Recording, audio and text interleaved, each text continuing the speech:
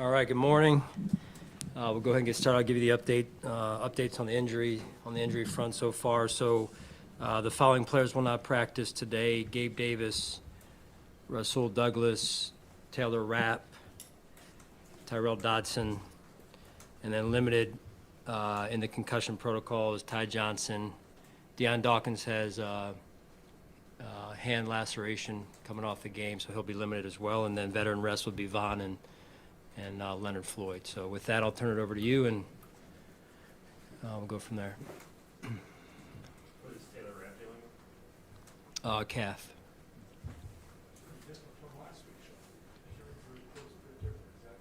It must be a concern going into a playoff game. Yeah, would you like to be a little healthier than that? Yes, we've been dealing with it, quite honestly, most of the year, and we found a way, and we'll continue to do that. Do you have any indication on potential availability for some of the guys, Rasul, Gabe, Tyrell? As far as the game goes, you mean? Or yeah, no. Just talking with the trainers, we got to take it one day at a time here and see how we go. So you put them all in that day bucket? Yeah. Okay. And Sean, with Joe Brady, since you've observed him in his new role and worked with him, what has stood out about his process and how he collaborates? Yeah, I would say, bless you, right from day one, and Joe in this role has been a great communicator, very collaborative, and his energy, allows for that. He's got good energy to get up out of his seat from his desk, go connect with said coach, and make sure that they're aligned on the plan and the understanding of the plan, and or whatever it might be. So I think that's what stood out the most. Can you talk about Rudolph and what he's meant to them? Kind of came out of nowhere, really. Yeah. Why is that happening? They're playing good football. Again, I've said this before. You don't look at records. I mean, people could look at our record and say the same thing, right? Just in terms of, hey, well, they snuck into the playoffs, whatever. This is a good football team, undefeated under Mason Rudolph, and well coached, playing good on both sides of the ball and special teams. I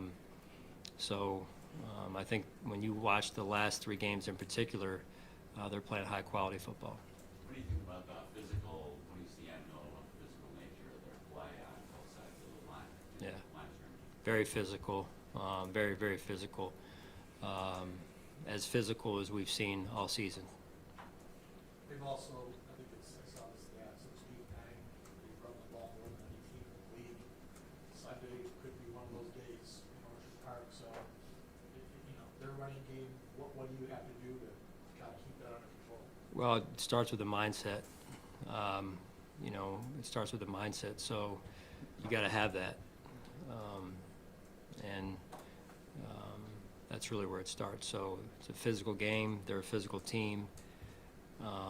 Look, if we want to have a chance, we got to play physical. There's no negotiating around that or finding a way around it. That's the style of football you have to play, in particular this time of year and against this football team. Sean, I know playoffs usually wipe the slate clean. The game you did before matters, but considering the mindset of your team for over a month has been playoff must-win scenarios, do you encourage them to almost carry that over as opposed to normal years entering the postseason? I would say yes. Just overall, we have to continue to take the lessons we've learned from the last 6 weeks or so, and continue with those, continue to apply those lessons. And I think the biggest thing is just the love that the different displays or different forms of love that the guys have shown through their play in some capacities, and then just off the field in other capacities. And I think that's probably the biggest thing in terms of how they've done some of the things that they've done to this point. Sean, I'm not sure remember back to the start of training camp, but you were joking about all the buzz about Dalton Cade, all the fantasy buzz, and you said, can we just wait to let him get his helmet on the first and have a full practice?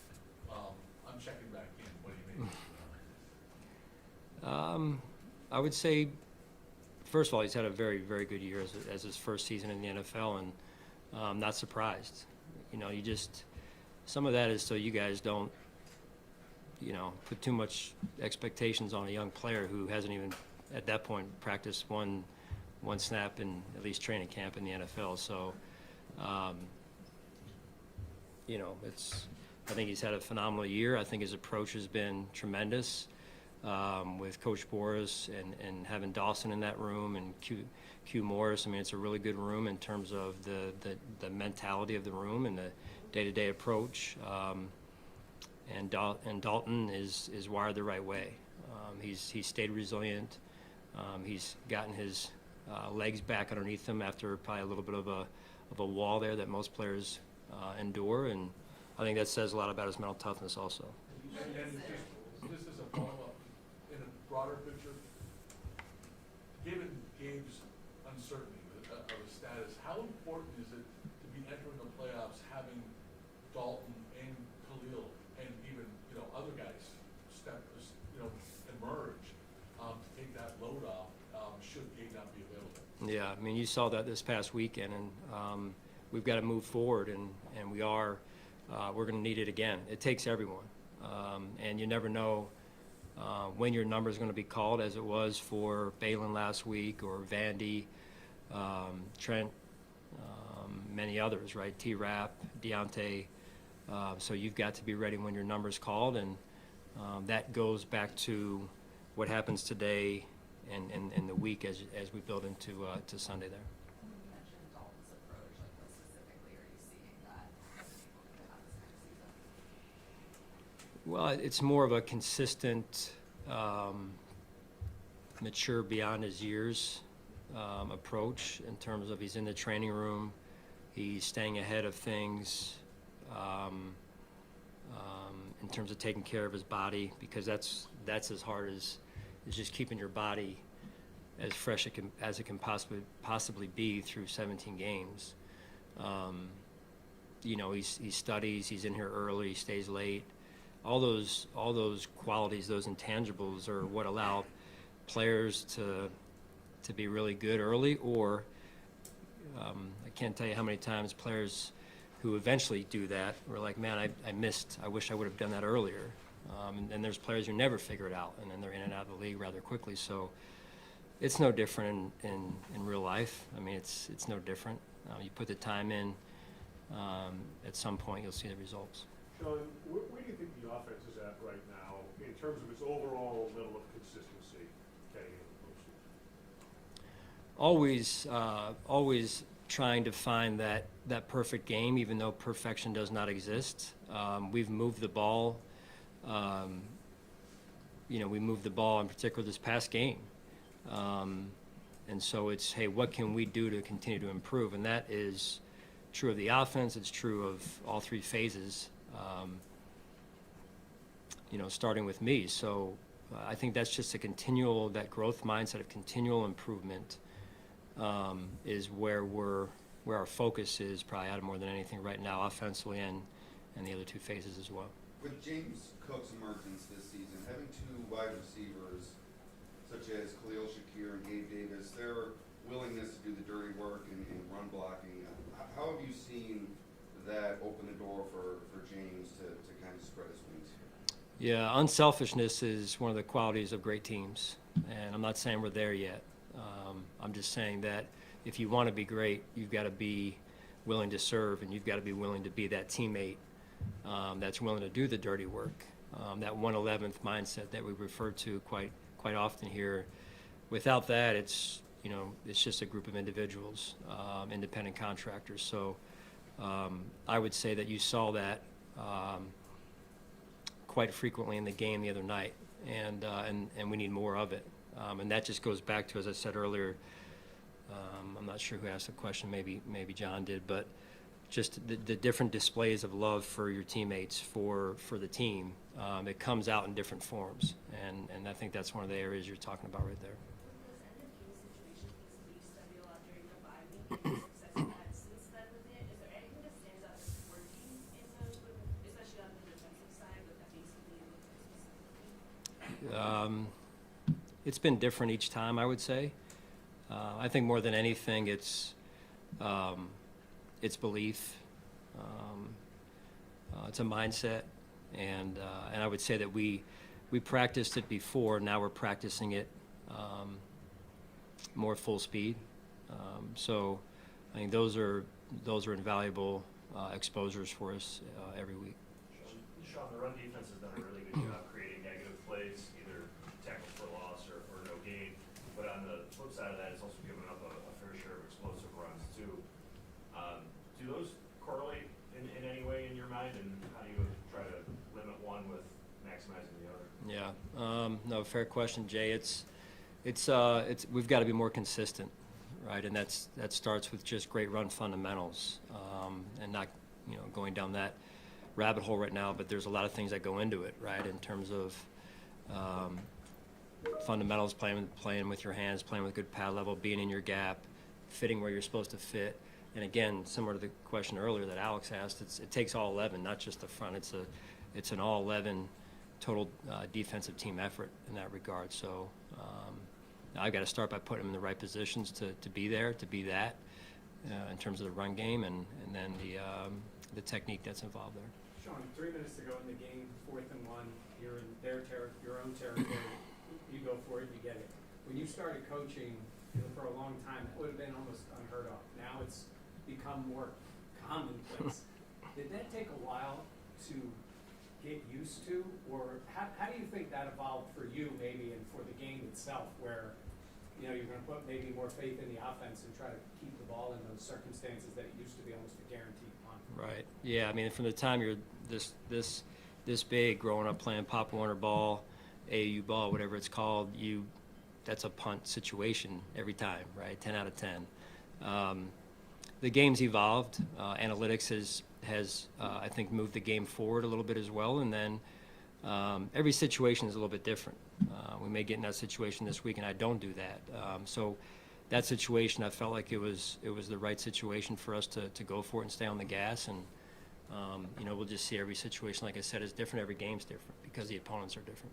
How much of that is the game evolving versus how much of that is evolving? I think it's probably both. I just think that the longer you're in a job, if you're doing it the right way, you continue to grow and learn, and you go through experiences. No different for your jobs. You're better. Hopefully, you're better in your second year as a reporter than your first year. And if you're doing your job right as a coach, no different.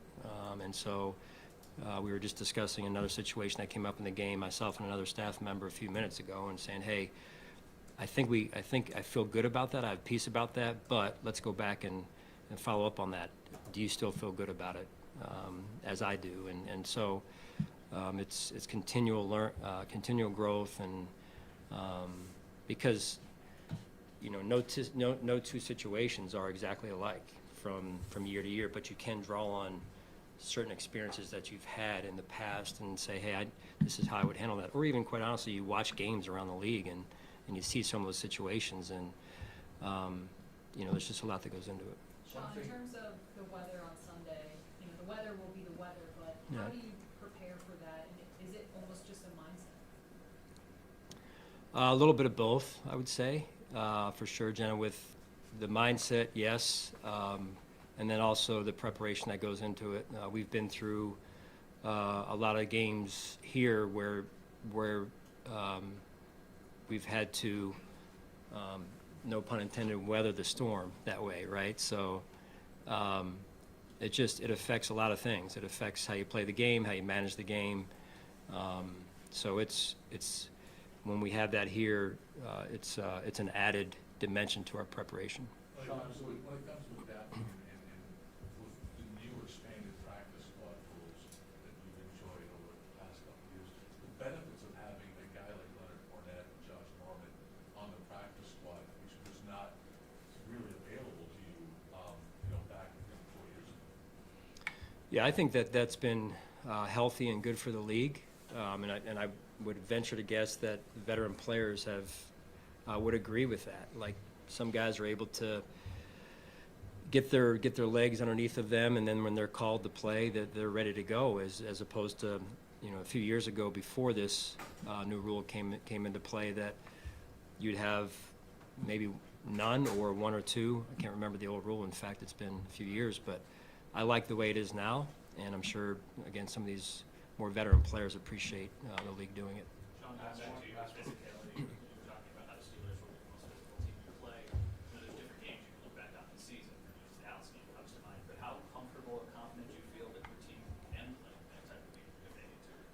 Very confident, yeah. But that's why we're going out to practice today as well, to continue to work on those key fundamentals that we're going to need to execute come Sunday. Thank you.